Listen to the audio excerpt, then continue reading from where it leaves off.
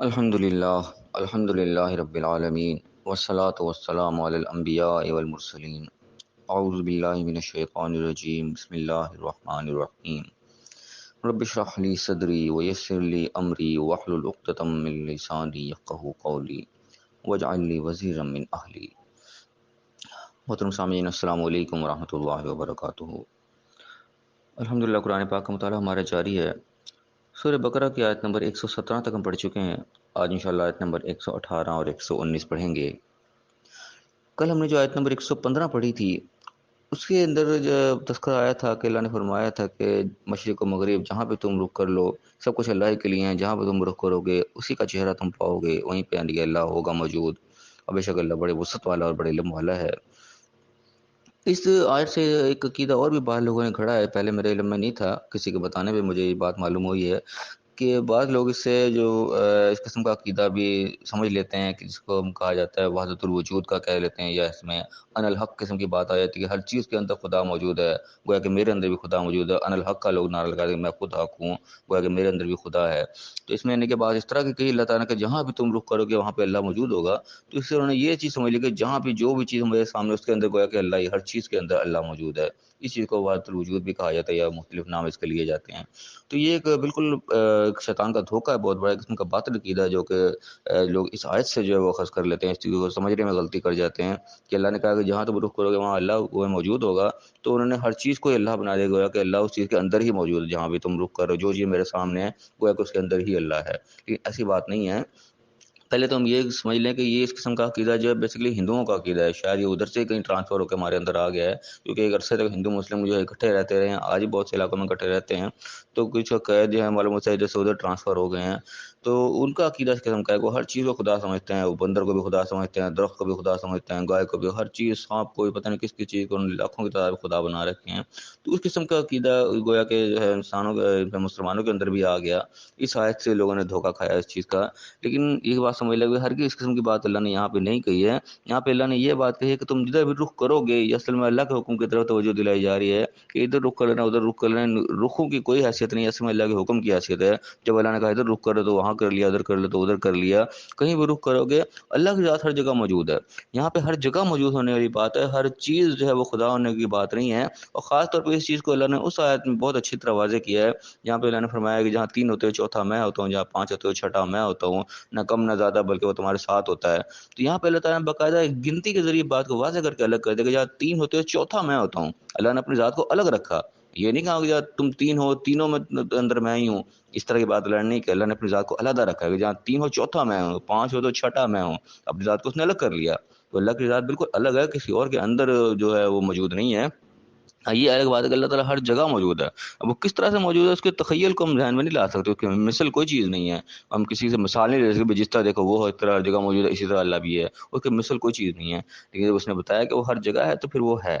تو یہ ایک سمجھنے کی بات ہے کہ وہاں گنتی کے ذریعے اللہ نے واضح کیا کہ وہ اللہ کی ذات بالکل علیحدہ ہے، کسی کے اندر سمائی ہوئی نہیں ہے۔ ہم کہیں کہ اس کے اندر بھی اللہ ہے، اس کے اندر بھی، اندر نہیں ہے، اللہ اپنی ذات میں علیحدہ ہی ہے، اور لیکن وہ ہر جگہ، ہم جہاں بھی ہوں اور وہ ہم اس سے جدا نہیں ہو سکتے، ہم اس سے علیحدہ نہیں ہو سکتے، ہر جگہ پہ وہ ہمارے ساتھ موجود ہوتا ہے۔ کوئی بھی اعمال کر رہے تھے باقاعدہ اس کو دیکھ رہا ہوتا ہے، سن رہا ہوتا ہے۔ تو اس میں یہ چیز ہمیں غلط فہمی دور کر لینی چاہیے کہ اس آیت کا ہرگز یہ مطلب نہیں ہے کہ ہر چیز کے اندر جو ہے وہ اللہ موجود ہے۔ وہ گنتی والی آیت جو ہے بالکل واضح کر کے اس چیز کو بتا رہی ہے۔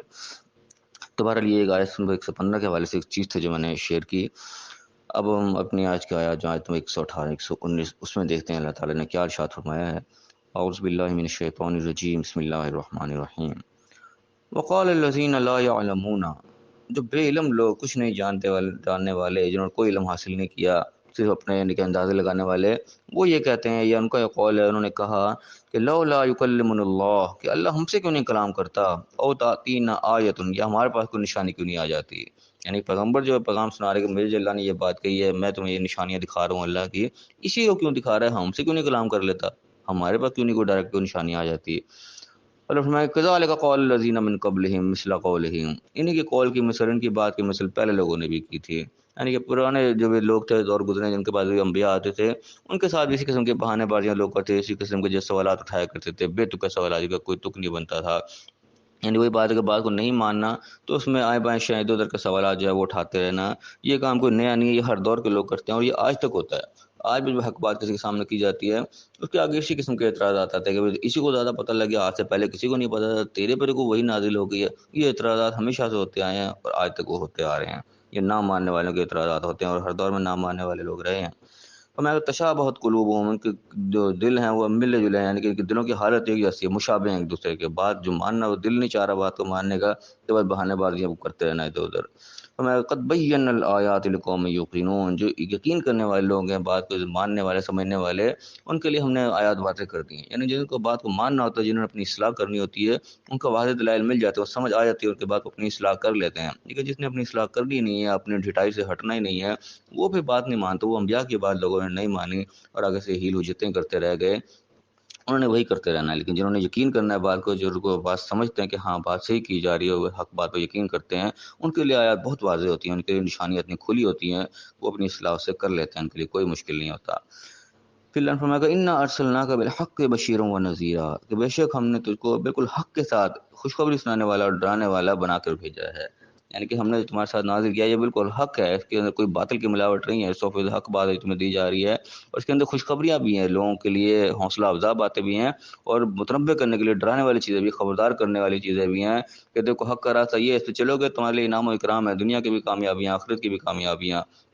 لیکن اس کے برعکس دوسرے راستے پہ چلو گے، نافرمانی والے راستوں پہ چلو گے، تو خبردار ہو جاؤ، الرٹ ہو جاؤ، تمہارے لیے پھر عذاب اور سزائیں دنیا کی بھی آخرت کی بھی، سب کچھ اللہ نے بیان کر رکھی ہیں، تیار کر رکھی ہیں، اس کو بھگتنے کے لیے بھی تیار رہو۔ تو دونوں چیزیں بالکل اللہ نے حق کے ساتھ واضح کر دی ہیں، اس میں کوئی باطل، کوئی ملاوٹ اور کوئی جھوٹ والی بات نہیں ہے، جو باتیں بالکل دو ٹوکر سامنے ہیں۔ اور فرمایا کہ ولا تسأل عن اصحاب الجحیم، اور اصحاب الجحیم جو ہے جہنمی لوگوں کے بارے میں تم سے سوال نہیں ہوگا، یعنی آپ سے نہیں پوچھا جائے گا بتاؤ یہ بندہ کیوں دوزخ میں چلا گیا، آپ اس کے ذمہ دار نہیں ہیں۔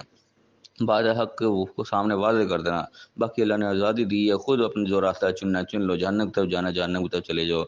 اور جنت کی طرف جانا جنت کی طرف چلے جاؤ۔ یعنی کہ کوئی جہنم میں چلا گیا تو آپ صلی اللہ علیہ وسلم سے انبیاء سے کوئی اس چیز کا سوال نہیں ہوگا بتاؤ یہ کوئی جہنم میں چلا گیا تو تمہارا دوست کھلا یہ جہنم میں کیوں گیا، نہیں۔ جب اعمال جہنمی والے کے تو جاؤ جہنم میں، اللہ تعالیٰ کا جنت و جہنم میں بھیجنے کا معیار جو ہے وہ اعمال کے اوپر منحصر ہے، کوئی تعلق کے اوپر منحصر نہیں کہ فلاں نبی کا امتی ہے تو یہ جہنم میں نہیں جائے گا، یہ فلاں ہے تو یہ جنت میں جائے گا، ایسی کوئی بات نہیں ہے۔ اللہ تعالیٰ نے ڈائریکٹ انبیاء کو خطاب کرے گا کہ تم نے بھی اگر شرک کر لیا، تم سے بھی اگر جرم ہو گیا تو تمہاری بھی معافی کوئی نہیں ہونی۔ جو انبیاء کی اپنی معافی نہیں ہونی، اللہ تعالیٰ اتنے سخت آیات قرآن کے اندر نازل کر دی ہمیں سمجھانے کے لیے، حالانکہ انبیاء نے کون سا ایسی غلطی کرنی ہے، لیکن ہمارے سمجھانے کے لیے وہ آیات ہیں کہ ہم اپنے آپ کو کسی زوم میں نہ سمجھے گا ہمارا فلاں نبی سے تعلق ہے، فلاں نبی کی امتی ہیں تو بس ہم تو وہ بخشے بخشائے ہیں۔ نبی کو اپنی ذات کو اللہ تعالیٰ نے سامنے کر کے رکھ دیا کہ تم سے بھی اگر غلطی ہوگی تو معافی تمہیں بھی کوئی نہیں ملنی، تو ہم کس باقی مولی ہیں، ہمیں بھی اپنے آپ کو جو ہے صحیح رکھنا پڑے گا، اپنے صحیح راستے پر آنا پڑے گا، جو اعمال اللہ نے بتائے، جو احکامات دیے ہیں ان کے مطابق اعمال کرنے پڑیں گے،